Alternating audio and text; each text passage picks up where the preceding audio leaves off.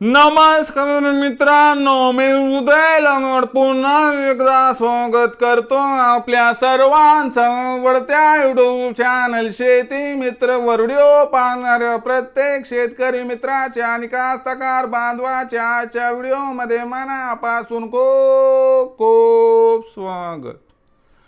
मित्रांनो, thumbnail पाहितलं, title वाचलं हो मित्रांनो, सामान्य कास्तकार बांधवांचा सर्वात महत्त्वाचा सवाल की अखेर येत्या 3 दिवसांमध्ये राज्यात कुठे आणि किती पाऊस कोसळणार हो मित्रांनो, सध्याच्या कंडिशनचा सर्वात महत्त्वाचा सवाल आहे की अखेर येत्या 3 दिवसात आता राज्यात कुठे आणि किती पाऊस कोसळणार। हा सवाल तुमच्या मनातला आहे, हा सवाल माझ्या मनातला आहे। आज चांद्यापासून बांद्यापर्यंतचा सामान्य कास्तकार बांधव या ठिकाणी विचारत आहे की अखेर येत्या 3 दिवसात आता राज्यात कुठे आणि किती पाऊस कोसळणार। या प्रश्नाचं अचूक उत्तर जाणून घेण्यासाठी आपण सर्वांनी हा व्हिडिओ आता सुरुवातीपासून शेवटपर्यंत पाहावा। हा व्हिडिओ सुरुवातीपासून शेवटपर्यंत पाहत असताना जर आपल्याला हा व्हिडिओ मनापासून आवडला तर जरूर या व्हिडिओला या ठिकाणी एक लाईक करा। जास्तीत जास्त कास्तकार बांधवांपर्यंत हा व्हिडिओ पाठविण्यासाठी या व्हिडिओला या ठिकाणी आपण जरूर शेअर करा। सबस्क्राइब करून जरूर नोटिफिकेशन बेल ऑल करा, यामुळे येणारा प्रत्येक व्हिडिओ हा आपणास या ठिकाणी मिळत राहतो। तर बघा मित्रांनो, सामान्य कास्तकार बांधवांचा सर्वात महत्त्वाचा सवाल की अखेर येत्या 3 दिवसांमध्ये राज्यात कुठे आणि किती पाऊस कोसळणार।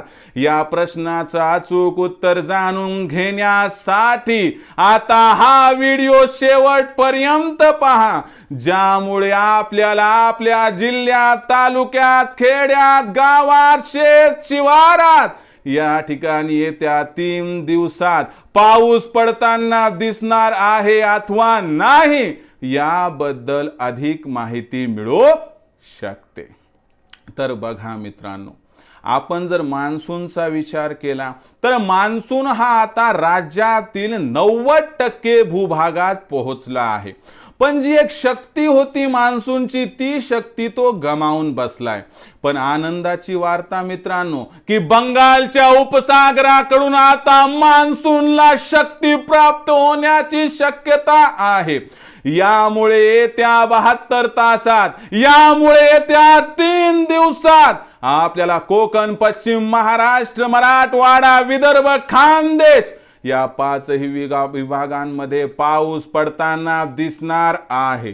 आणि या 5ही विभागांचा विचार केला तर खास करून आपल्याला कोकण आणि मध्य महाराष्ट्रातील घाट माथ्याचा जो भूभाग आहे या ठिकाणी मध्यम ते जोरदार पाऊस दिसेल। इतर ठिकाणी आपल्याला हलका ते मध्यम स्वरूपाचा पाऊस दिसणार आहे।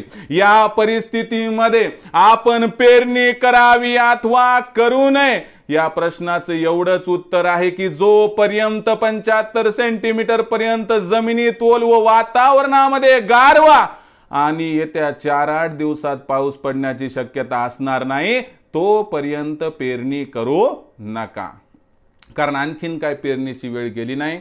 आणि दुसरी महत्त्वाची गोष्ट पुन्हा पुन्हा सांगतो मित्रांनो की विजा कोसळण्याच्या घटनांची संख्या वाढली आहे, त्यामुळे कृपया शेतातील काम करत असताना आपल्याला विजांचा कडकडाट दिसू लागला, ऐकण्यास येऊ लागला तर कृपया झाडाखाली थांबू नका, मोबाईल स्विच ऑफ करा आणि सुरक्षित ठिकाणी आपण आपलं कुटुंब आणि सोबतच मित्रांनो गुराढोरांना घेऊन जा, ज्यामुळे तुमचा आणि लाख मोलाचा असणारा सर्व सजीवांचा जीव या ठिकाणी वाचण्यास मदत होईल। कारण जीव सुखी मित्रांनो तर जग सुखी, एवढंच माझं कळकळीचं सांगणे। तर मित्रांनो, भविष्यामध्ये मान्सून कशा पद्धतीने सक्रिय राहतो आणि पाऊस कुठे आणि कसा कोसळतो याबद्दल अधिक माहिती प्राप्त करण्यासाठी पाहत रहा आवडते यूट्यूब चॅनल शेतीमित्र. आवडला असणार हा व्हिडिओ तात्काळ लाईक करा. सामान्य कास्तकार बांधवापर्यंत पाठवण्यासाठी नक्की शेअर करा. सबस्क्राईब करून जरूर नोटिफिकेशन बेलला ऑल करा. यामुळे येणारा प्रत्येक व्हिडिओ हा आपणास या ठिकाणी मिळत राहतो. तर मित्रांनो, अशाच एका नवीन व्हिडिओसह मी आपला मित्र उदय लाड आपल्या सर्वांच्या आवडत्या यूट्यूब चॅनल शेतीमित्रवर मिळत राहील. तोपर्यंत माझ्या प्रत्येक शेतकरी मित्राचे आणि कास्तकार बांधवाचे आजच्या व्हिडिओमध्ये मनापासून खूप खूप आभार.